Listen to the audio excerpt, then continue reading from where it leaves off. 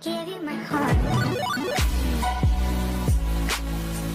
Hi guys, welcome back to a brand new video. Today's video is kind of different to my original videos I do, but I have done a video like this before and it's my disability story. I will link it down below, but this is specifically my learning disability story, so let's get into it. So if you have not seen my disability story, I'll just quickly explain what my disability is. I have loads. So one of my disabilities is learning, my learning disability, and that's what we're going to go into today. But my other disabilities is my left side hemiplegia, what pretty much means my left side is weaker than my right, but I'm going to go into that in another video.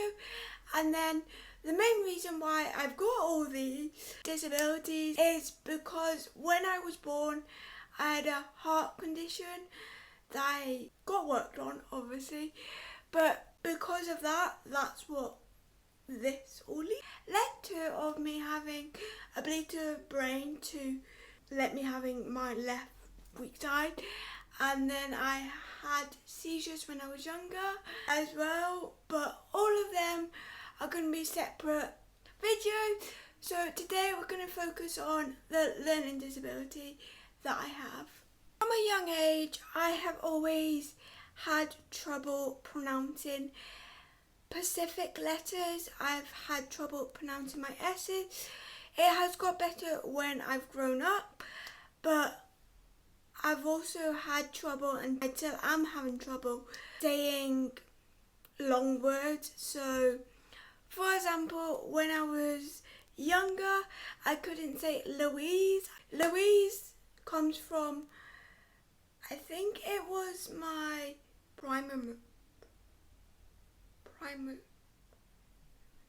primary, I think. This video is just going to explain everything. If you didn't, hopefully you get what that says. Primary friend was called Louise, and I used to mispronounce it as Willies, pretty much.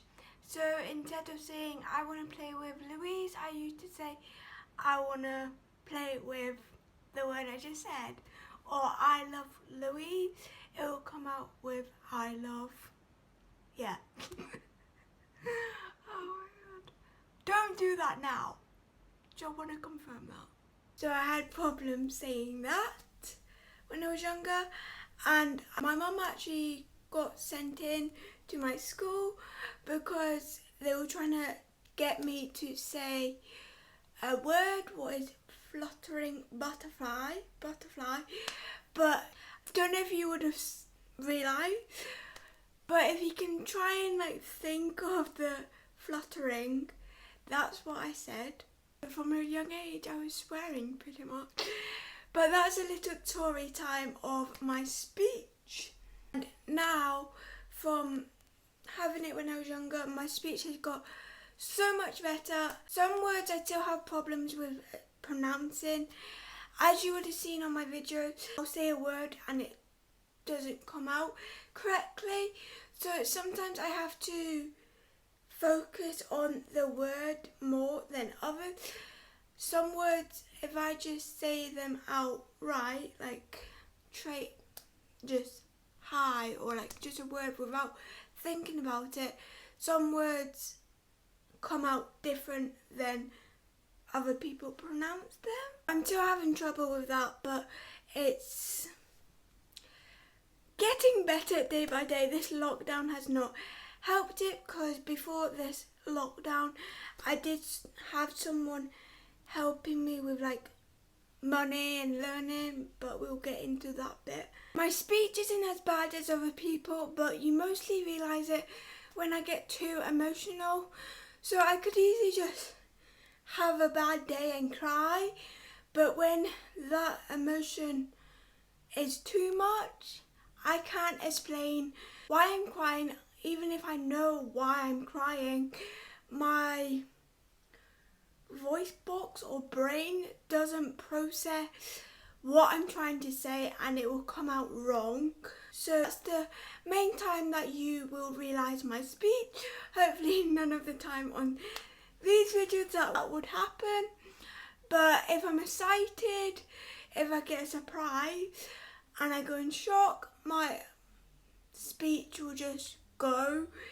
I can still talk, but it doesn't come out right. For example, I have lost my phone so many times, so many times, and every single time I have went to 0 to 10 in seconds. If something goes wrong and it's something important to me or just generally important, I think it's the worst thing on. In that moment, I think it's the worst things ever happen. Like, why? And I just go very emotional. I've had loads of people, I'll be crying on the floor. It sounds really bad, but I'll be crying on the floor in town or somewhere. And I've had loads of people come up to me asking, am I okay? And I am okay, but I'm not dealing with the situation well. So I'm like, yeah, I'm fine. And I'll call my mum or like my friend, and I can't explain, like I'll be like, I've lost my phone, and they'll be trying to say, where's the last place you had it? And in the moment, I just can't remember. It's like my brain just goes blank. It's like all of a sudden I had it and then all of a sudden I didn't have it. Coming off the bus and then I could not find my phone. I did not find my phone at the time, so that made it harder. But we needed, my boyfriend needed to call my family, and we actually needed to call the police to like see if it's got handed in. But in a normal situation, I have got better at this. But in a normal situation, I would say people without disabilities, especially learning disabilities, they will process the situation. Where did I have it? Let's think. Where did you have it last? I have got better at that, but at the time, I'd still go 0 to 10 more than an average person would. At the time, I could not control myself, so what am I trying to say? This is what I mean by my brain processing.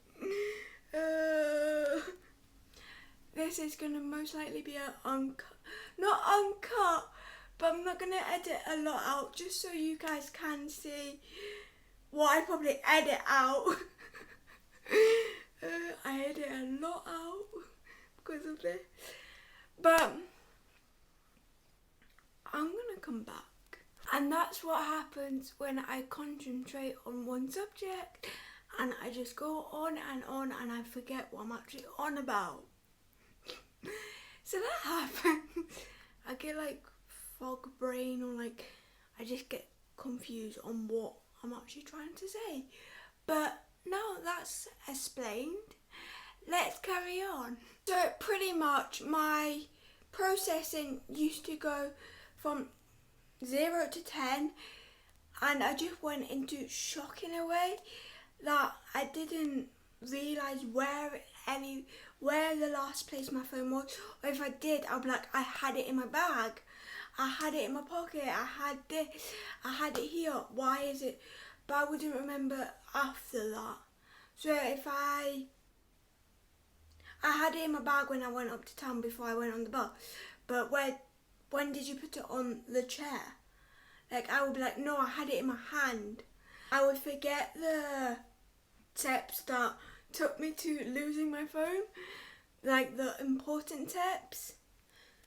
But also, it doesn't help that another thing with my learning disability is I have some type of short-term memory I don't know if it's short-term but long-term, but I do suffer more with short-term memory because of my learning disability. But when I was younger, back to when I was younger, I had tablet on a night for my epilepsy that I had at the time.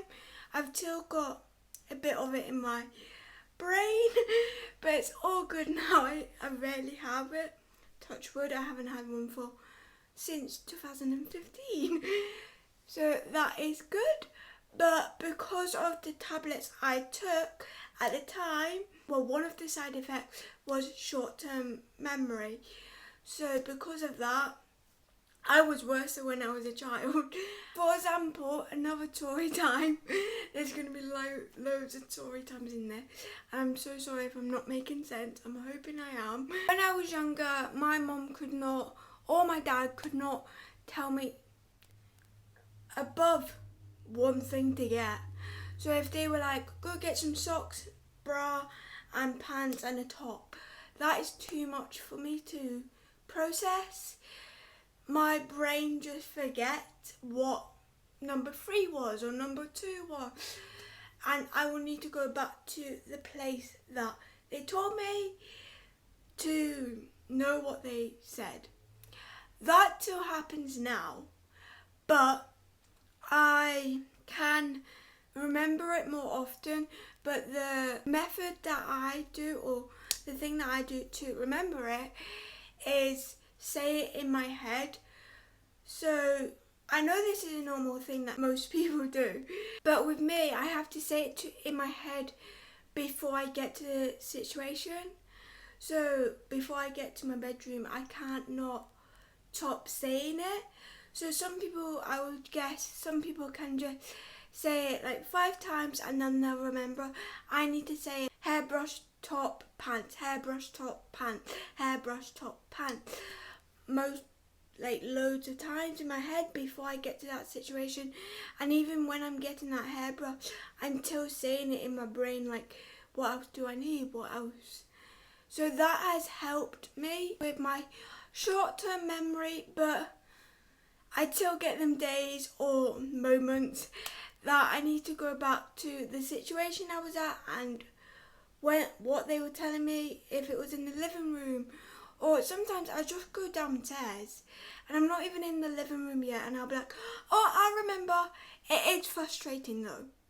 Very frustrating. The last thing what affects my learning disability, this video has went on for ages, but the last and final thing that I have trouble with is, I've explained this in a bit of the video before, but processing is the main problem. It's not a problem, but the main part of my learning disability is my brain processing, because I got a bleed to the brain that suffered this and my learning disability. So that's why I have it. But because of my learning disability and me not being able to process as fast as other people can, I went to a school what was specifically for learning disabilities, or just disabilities in general that needed more help.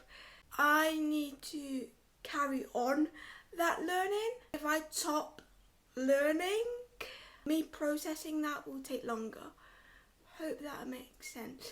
So for example, like I said, I have a person that I used to go to before the lockdown that used to help me, but because of that, or even just like English in general, my readings went bad. I can't speak properly.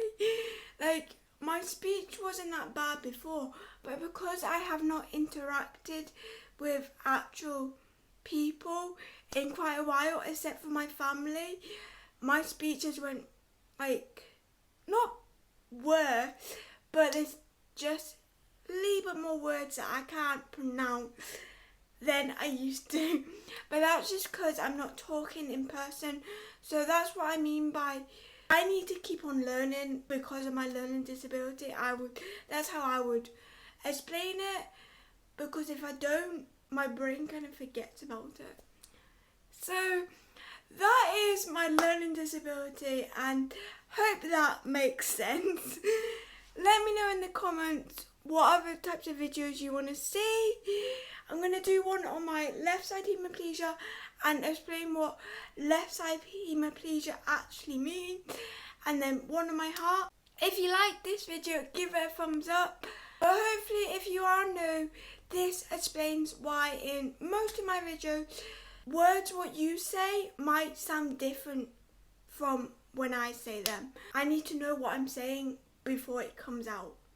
And even then, sometimes it comes out different.